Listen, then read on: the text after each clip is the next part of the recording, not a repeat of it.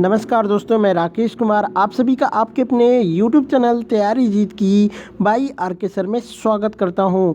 और दोस्तों आज हम बात करेंगे DRDO सेप्टेम्बर 10 एग्ज़ाम एनालिसिस 2023 की। जी हाँ दोस्तों, 13 मार्च को DRDO के थर्ड शिफ्ट का एग्ज़ाम ख़त्म हो चुका है और थर्ड शिफ्ट के दोस्तों लगभग सभी जीके और जनरल साइंस के क्वेश्चंस मुझे मिल चुके हैं। साथ में दोस्तों आपके इंग्लिश के भी क्वेश्चंस मुझे मिल चुके हैं। इस बात पे वीडियो को लाइक शेयर ज़रूर करिएगा।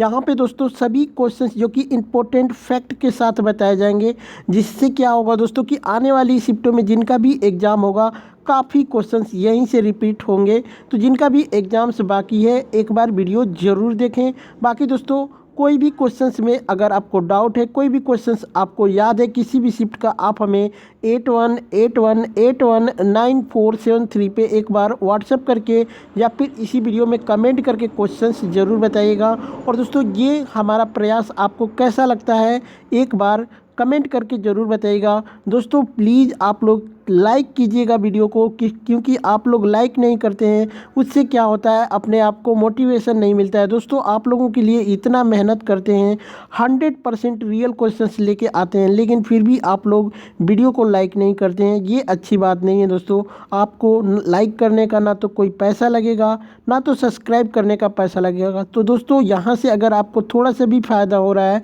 तो प्लीज़ यार आप हमें सपोर्ट कीजिए। और इस वीडियो का टारगेट रखते हैं 500 लाइक का, तो प्लीज़ आप लोग ज़रूर करवा दीजिएगा, ठीक है। तो चलिए बिना देर करते हुए क्वेश्चंस देखते हैं।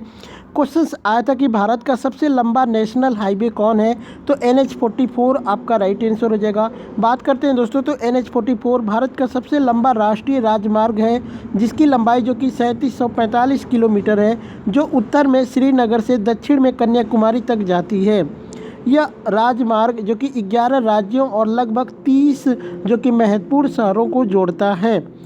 इसे पहले जो कि NH44 के नाम से भी जाना जाता था या फिर 44 के नाम से जाना जाता है, दोनों बात एक ही है। बात करते हैं तो यह 7 राष्ट्रीय राजमार्गों को पूर्ण या फिर आंशिक जो कि NH रूप से इसको टच करता है, जिसमें NH1 NH1A, ठीक है, NH2 NH3 NH75 NH26 NH75 में विलय करके अस्तित्व में आया, ठीक है। ये सभी को क्या आंशिक रूप से मर्ज करके और जो कि विलय के रूप में करके इसको लाया गया था, यानी सबको जोड़ के एक बना दिया गया था। और बात करते हैं तो भारत का सबसे छोटा राष्ट्रीय राजमार्ग NH47 है, ठीक है। NH47A इसका नाम दिया गया है, जो कि कोच्चि शहर में मराडू के कुंदनूर जंक्शन को जो कि विलिंगटन द्वीप पर कोच्चि बंदरगाह से जोड़ता है। वही बात करते हैं दोस्तों NH2 की, तो NH2 भारत में एक प्रमुख राष्ट्रीय राजमार्ग था, जो दिल्ली, हरियाणा, उत्तर प्रदेश, बिहार, झारखंड, पश्चिम बंगाल राज्यों से जुड़ा हुआ था। यह भारत में पुराने NH91 और पुराने NH1 के साथ ऐतिहासिक जो कि ग्रैंड ट्रंक रोड का एक बड़ा हिस्सा है। यह सड़क भारत के राष्ट्रीय राजमार्ग नेटवर्क का हिस्सा थी और इसे आधिकारिक तौर पे जो कि 1465 किमी से अधिक लंबाई के रूप में सूचीबद्ध किया गया है। अब बात करते हैं दोस्तों NH4 की, तो राष्ट्रीय राजमार्ग NH4 जो कि पश्चिमी और दक्षिण भारत में राष्ट्रीय राजमार्ग से पहले एक प्रमुख राष्ट्रीय राजमार्ग था। NH4 ने 10 सबसे अधिक आबादी वाले भारतीय शहरों में से 4, ठीक है, 4 जिसमें कि मुंबई, पुणे, बेंगलोर और चेन्नई को जोड़ा, ठीक है। NH4 की लंबाई जो कि 1235 किमी थी और महाराष्ट्र, कर्नाटक और तमिलनाडु राज्यों से होकर गुजरा था, ठीक है। वही बात करते हैं NH6 की। NH6 जो कि भारत में एक राष्ट्रीय राजमार्ग था, जिसे नए राष्ट्रीय राजमार्ग संख्या प्रणाली के तहत अलग से नामित किया गया है। इसे आधिकारिक तौर पर सूरत से कोलकाता तक 1949 किमी से अधिक चलने के रूप में सूचीबद्ध किया गया था। इसे जो कि इस मार्ग को एशिया राजमार्ग 46 के रूप में भी जाना जाता है। तो इसको याद रख लीजिएगा दोस्तों, आने वाले एग्जाम्स के लिए काफ़ी इम्पोर्टेंट होंगे। सबसे पहले अंतर्राष्ट्रीय योग दिवस कब मनाया गया था, तो 21 जून 2015 को मनाया गया था। बात करते हैं दोस्तों, तो अंतर्राष्ट्रीय योग दिवस का प्रस्ताव दिसंबर 2014 में बनाया गया था। पहला अंतर्राष्ट्रीय योग दिवस जो कि 21 जून 2015 को मनाया गया था। माननीय प्रधानमंत्री श्री नरेंद्र मोदी ने 21 जून 2015 को सद्भाव और शांति के लिए योग विषय पर पहले अंतर्राष्ट्रीय योग दिवस का उद्घाटन किया था। इस आयोजन ने 2 गिनीज वर्ल्ड रिकॉर्ड भी दर्ज किए। एक ही स्थान पर एक योग सत्र में अभ्यास करने वाले जो कि 35,985 लोगों के लिए और दूसरा योग कार्यक्रम में भाग लेने वाले अधिकांश राष्ट्रीयताओं के लिए। ठीक है, बात करते हैं दोस्तों। तो योग केवल व्यायाम के बारे में नहीं है, यह अपने आप में दुनिया और प्रकृति के साथ एकता की भावना को खोजने का एक तरीका है। योग जो कि 2020 के 6ठे अंतर्राष्ट्रीय दिवस का विषय घर पर योग और परिवार के साथ योग था, इसका 2020 का। वहीं बात करते हैं 7वें अंतर्राष्ट्रीय योग दिवस 2021 की थीम योग फॉर वेलनेस थी। अंतर्राष्ट्रीय योग दिवस जो कि 2022 का 8वां संस्करण था, जिसकी थीम मानवता के लिए योग विषय पर मैसूर कर्नाटक में मनाया गया था। एक प्रश्न आया था दोस्तों कि स्वदेशी हल्का लड़ाकू विमान कौन सा है, तो तेजस इसका नाम हो जाएगा। बात करते हैं तेजस नाम के स्वदेशी हल्के लड़ाकू विमान यानी LCA पहले जो कि स्क्वाड्रन को दक्षिण भारतीय राज्य तमिलनाडु में तैनात किया जाएगा, जब 20 लड़ाकू विमानों के पहले बैच को 2009-10 में भारतीय वायुसेना यानी IAF में शामिल होने की उम्मीद लगाई गई थी। तो इसका राइट आंसर हो जाएगा तेजस। ठीक है, एक प्रश्न आया था कि धारोई बांध किस राज्य में है या फिर किस नदी पे है, ये पूछा था। तो चलिए दोनों बता देते हैं। तो धारोई जो कि बांध गुजरात में स्थित है। धारोई बांध भारत में उत्तरी गुजरात के मेहराना ज़िले के धारोई के पास साबरमती नदी पर स्थित है और यह जो कि एक गुरुत्वाकर्षण बांध है। सिंचाई, बिजली उत्पादन और बाढ़ नियंत्रण के लिए इस बांध का निर्माण 1978 में किया गया था, तो इसको याद रख लीजिएगा दोस्तों। एक प्रश्न आया था कि सर्वेंट्स ऑफ इंडिया सोसाइटी की स्थापना किसने की थी, गोपाल कृष्ण गोखले ने की थी। बात करते हैं 1905 में गोपाल कृष्ण गोखले द्वारा सर्वेंट्स ऑफ इंडिया सोसाइटी की स्थापना कल्याणकारी कार्यों में विभिन्न जातियों और धर्मों के भारतीयों को एकजुट करने और प्रशिक्षित करने के लिए की गई थी।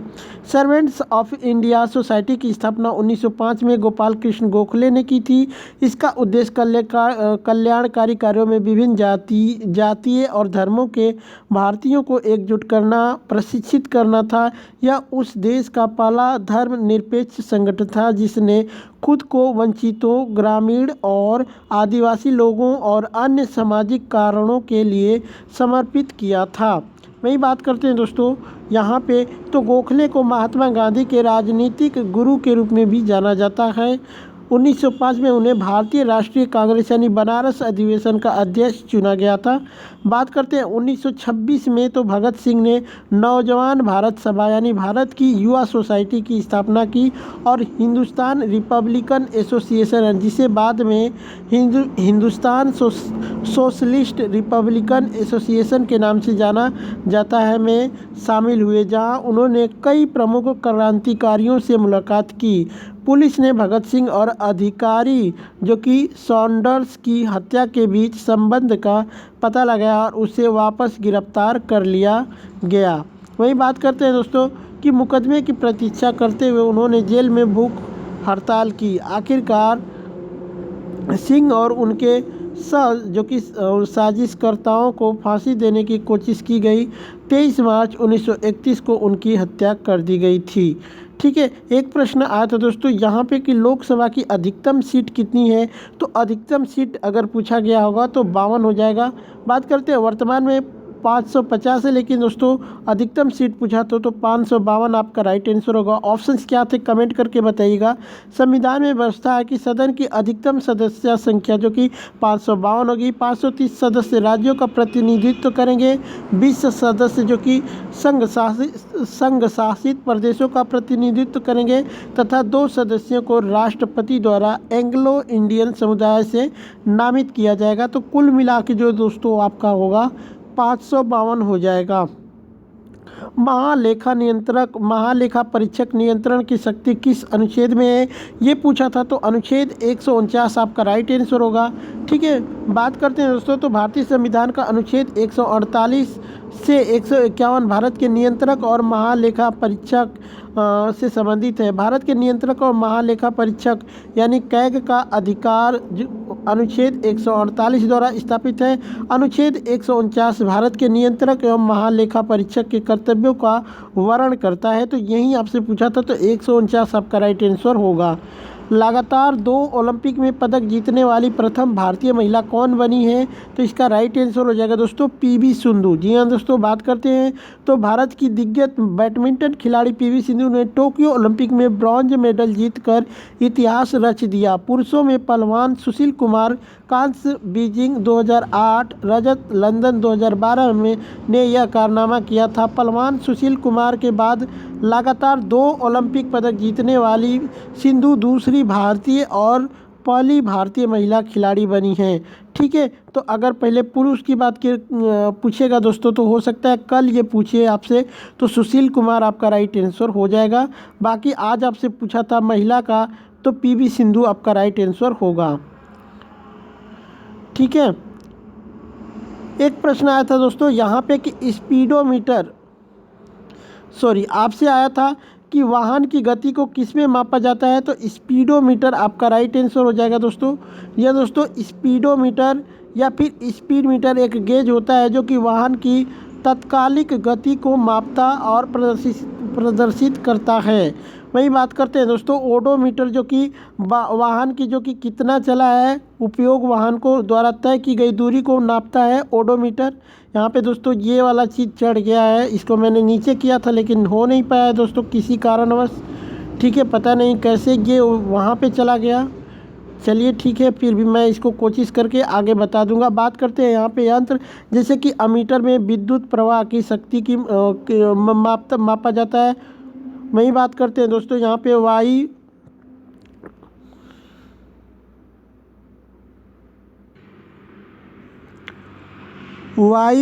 वायु वेगमापी में जो कि हवा की गति को मापा जाता है।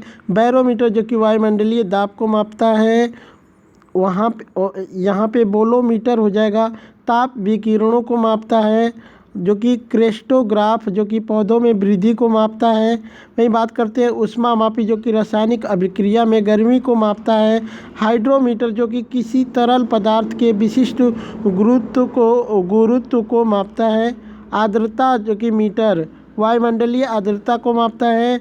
दुग्धमापी जो कि दूध की शुद्धता को मापता है। तापमापी जो कि तापमान मापता है। ठीक है, तो इन सभी चीज़ों को आप लोग याद रख लीजिएगा।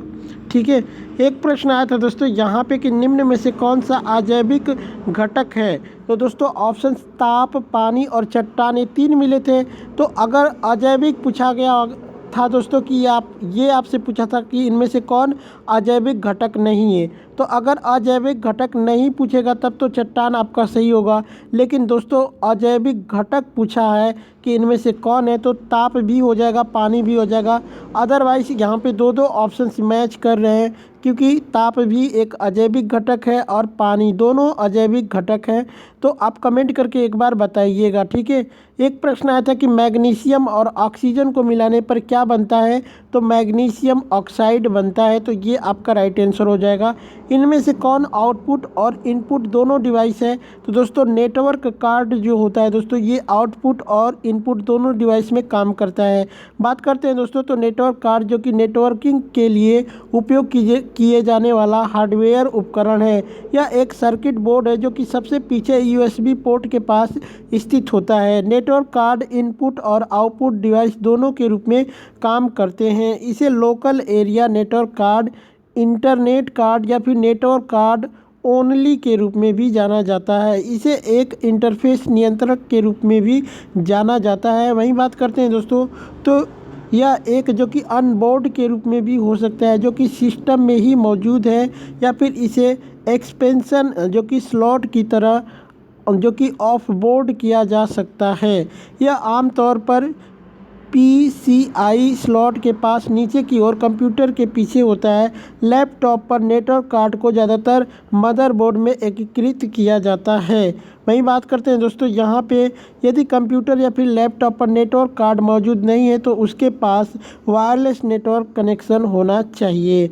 यहाँ पे बात करते हैं दोस्तों नेटवर्क इंटरफेस कार्ड के कुछ कार्य, जैसे कि एक नेटवर्क कार्ड कंप्यूटर और डेटा नेटवर्क के बीच एक मध्य व्यक्ति के रूप में कार्य करता है। EX जब हम किसी वेबसाइट पर लॉग इन करते हैं तो जो कि PC नेटवर्क कार्ड की जानकारी को पास करता है, जो इसे इलेक्ट्रिकल सिग्नल में बदल देता है और फिर हमें एक वेब पेज मिलता है।